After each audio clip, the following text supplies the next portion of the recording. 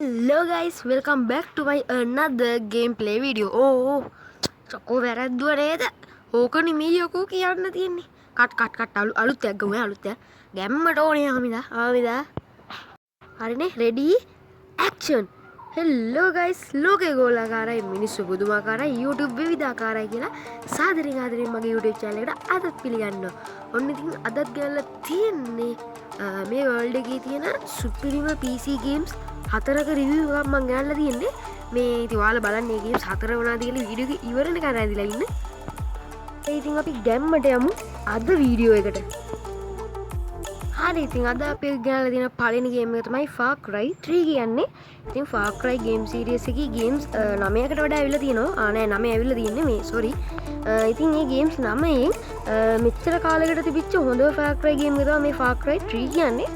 ඉතින් හොඳ graphic quality එකක් මේ ගේම් එකේ තියෙනවා. මොකද මේ Far Cry ගේම් කැටගරියේ අනිත් ගේම්ස් එක බලද්දි මේක හොඳ ග්‍රැෆික් ක්වොලිටි එකක් තියෙනවා. මොකද අනිත් ගේම් වල ග්‍රැෆික් යන්නේ නිකන් ලා කහ පාට හුරුවක් තමයි වැඩිපුරම ග්‍රැෆික් වල කලයක විදිහට තියෙන්නේ. ඉතින් ඒ අතින් ගත්තාම මේ ගේම් එක සුපිරි. ඉතින් මේකේ මේ හොඳ ඉන්ට්‍රෙස්ටිං ස්ටෝරියක් තියෙනවා. සහ මේක ඕන low end PC එක ප්ලේ කරන්නත් පුළුවන්. මේ මහා ලොකු ස්පේස් තියෙන PC ඕනේ නැහැ ඔයාලට මේ ගේම් එක ප්ලේ කරන්න. මේක 2007 දී තමයි ආවේ. හැබැයි ඉතින් 2004 වුණාට දැන්ට ලෝකේ තියෙන හොඳම ගේම්ස් අතර මේ ගේම් එක තියෙනවා. ඉතින් ඔයාලා ප්ලේ කරලා බලන්න ගේම් එක කොහමද? හොඳද කියලා.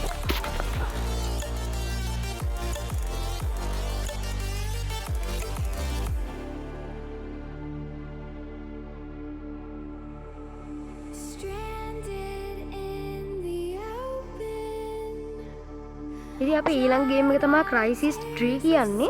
ඉතින් මම මේ ගේම්ස් වලින් ආසම ගේම් එකක් තමයි මේක. ඉතින් මේ ගේම් එකේ ස්ටෝරි එක ගැන කතා කරොත් මේ ගේම් එකේ ස්ටෝරි එක යන්නේ වෙනම පැත්තකට. ඉතින් මේක ආවේ 2011 දී හරිද? 2011 දී ඉතින් Far Cry 3 එක ආවේ 2004 දී මේක 2011 තමයි ආවේ. ඉතින් මේකෙත් හොඳ ග්‍රැෆික් ක්වොලිටි එකක් බලා ගන්න පුළුවන් අපිට. ඉතින් ගොඩක් ගේමර්ස්ලා කැමති ඒලියන්ස්ලාට. ඉතින් ඒලියන්ස්ලා කියන්නේ ඒලියන්ස් ගේම් වලට ඒලියන්ස් මූවීස් වලට කැමති අය ඉන්නවා. අන්න ඒ වගේ ඒවට කැමති අයට මේ ගේම් එක සුපිරියක්.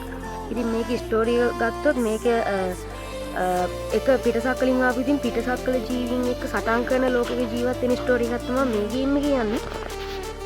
මේ ගේම් එක ප්ලේ කරලා බලන්න මේකත් සුපිරිම ගේම් එකක්. ලෝකේ තියෙන හොඳම ගේම්ස් අතරත් මේ ගේම් එක තියෙනවා. ලොකු PC අවශ්‍ය නැහැ මේ ගේම් එක ප්ලේ කරන්න. ඉතින් අපි ඊළඟ ගේම් එක තමයි Drivers and Francisco කියන්නේ.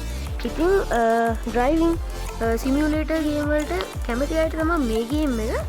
මේ ගේම් එකත් දැන් ඔයාලට මුලින්ම කියන්න ඕනේ මම මේ ගෙනාපු ගේම්ස් හතරම වර්ල්ඩ් එකේ තියෙන සුපිරිම ගේම්ස් টොප් සුපර් ගේම්ස් අතර තියෙනවා. හරිද?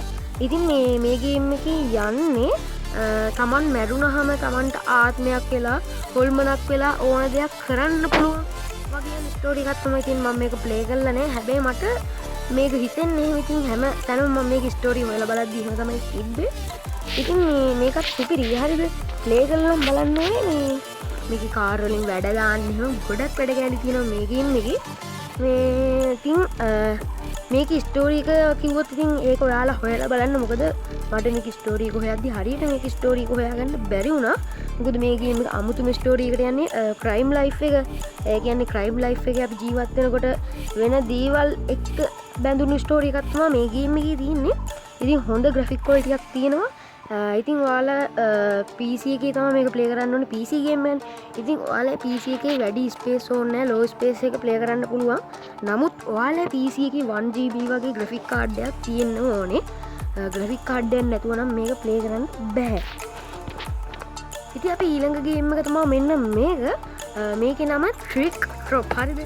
මේ Trick හයි TikTok නෙමෙයි Trick Top. ඔයාලා සර්ච් කරලා බලන්න. ඉතින් එතකොට ඉතින් හැකර් කරන වැඩවලට කැමති අය ඉන්නෝ නම් ඒ කට්ටියට තමයි මේ ගේම් එක. ඒ කියන්නේ මේ ගේම් එක අපි ප්ලේ කරගෙන යද්දි මේ ගේම් එකේ තියෙන ගොඩක් දේවල්. ඒ කියන්නේ අපි වාහනයක් පැදෙව්වත් කෝච්චියක ගියත් පාරේ ගියත් ඕනම දෙයක් අපිට හැක් කරන්න පුළුවන්. මේ ගේම් එක අපිට ප්ලේ කරන් තියෙන්නේ තනිකර හැකින් විදිහට.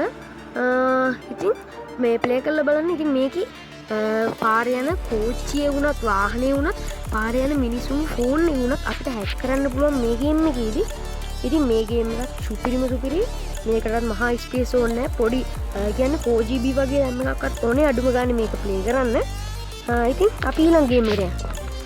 ඉතින් අපේ next ගේම් එක තමයි GTA 5 කියන්නේ. හරි ඉතින් GTA 5 ගැන නම් ඉතින් කතා කරන්න දෙයක් නැහැ නේ හරිද? ඕනම ගේමර් කෙනෙක් ගේමින් ලෝකේ වැඩ්ඩෝ ඉතින් කොහොමද දන්නවා ගේම්ස් ගහන ඕන කෙනෙක් දන්නවා ලොකු පොඩි කියලා ભેදයක් නැහැ. GTA 5 කියන්නේ ඉතින් 2013 දී ආපු ගේම් එකක්. ඉතින් දැන්ට ලෝකේ තියෙන හොඳම ගේම්ස් අතර තියෙන টොප්ම ගේම් එක මේක. ග්‍රැෆික් අතින් ක්‍රයිම් ලයිෆ් එක. ඒ කියන්නේ මේක තනි ස්ටෝරියක් කියලා ගන්න නැහැ. ඕනම දෙයක් මේ ගේම් එකේ කරන්න පුළුවන්.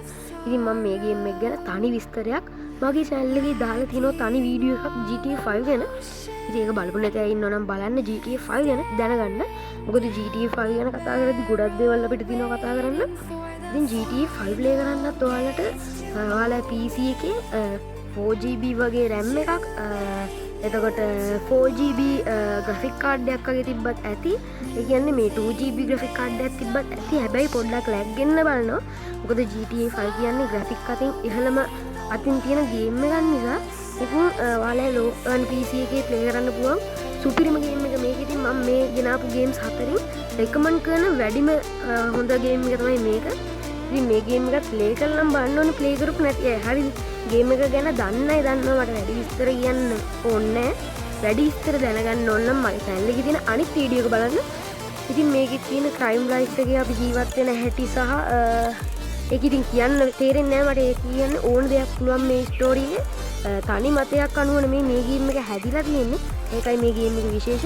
ඉතින් මම කිව්වා වගේ 2019 තමයි මේ ගේම් එක ආවේ. නමුත් 2013 ඇවිල්ලා ගේම් ඉන්ඩස්ට්‍රි එක වෙනස් කරන්න ආපු පිස්සුවක් මේ ගේම් එක. හරිද? ගේම් කැටගරි එක වෙනස් කරන්න ආපු පිස්සුවක් මේක. ඉතින් ඔන්න ඔච්චරයි. ඉතින් අද මම මේ වීඩියෝ එකෙන් ගෙනාවේ ගේම් 4යි 5යි මට නෑ. හරිද? ගණන් ගන්නවා. මම හිතනවා මේ වීඩියෝ එක ඔයාලට වටී කියලා ගේම්ස් ගැන නොදන්න දැනුමක් මම හිතනවා මේ ගේම් එකෙන් ලබා ගන්න කියලා. ඉතින් අද වීඩියෝ එකෙන් ගෙනාපු මේ ගේම්ස් හතරම ලෝකේ තියෙන හොඳම ගේම්ස් ලිස්ට් එකේ තියෙනවා. හරිද? ඒ හින්දා මේක ප්ලේ කරලා බලන්න. ඒකයි මම thumbnail එකේ දැම්මේ top world games කියලා. හරි ඉතින් ඔයාලා අනිවාර්යෙන් පල්ලෙන් කමෙන්ට් එකක් දාන්න මේ අතරින් හොඳම ගේම් එක මොකක්ද කියලා. වීඩියෝ එකට ලයික් එකකුත් දාන්න. වීඩියෝ එක ගැන මොකද හිතන්නේ කියලා කමෙන්ට් එකක් දාන්න. අනිවාර්යෙන් ඉතින් ගේම්ස් ගැන නොදන්න දැනුම ලබා ගන්න කැමති යාළුවන්ට ගේම්ස් ප්ලේ කරන්න කැමති ඔයාගේ යාළුවටත් මේ වීඩියෝ එක ෂෙයා කරලා සපෝට් එකක් දෙන්න. අලුත් වීඩියෝ එකකින් හම්බ වෙමු. ඉතින් සෙට් වෙමු. ඔයාලා හැමෝටම සුබම සුබ දවසක්. හරිද? පොඩ්ඩක් ඉන්න. මේ සබස්ක්‍රයිබ් 2000 ගෙව්වා. හරිද? ඉතින් පට්ටම සතුටුයි. සබස්ක්‍රයිබ් 2000ට ඔයාලා දුන්න සපෝට් එකට හදවතින්ම ආදරේ. හරිද? ආදරේ කියන්නේ නෙමෙයි. මේ හදවතින්ම ස්තුතියි පුද කරනවා. ඉතින් අපි මගේ ඊළඟ ටාගට් එක තමයි සබස්ක්‍රයිබ් 3000. අපි ඉක්මනටම සබස්ක්‍රයිබ් 3000ක් ගාමු. අලුත් වීඩියෝ එකකින් හම්බ වෙමු. ඔයාලා හැමෝටම සුබ දවසක්. ජය වේවා.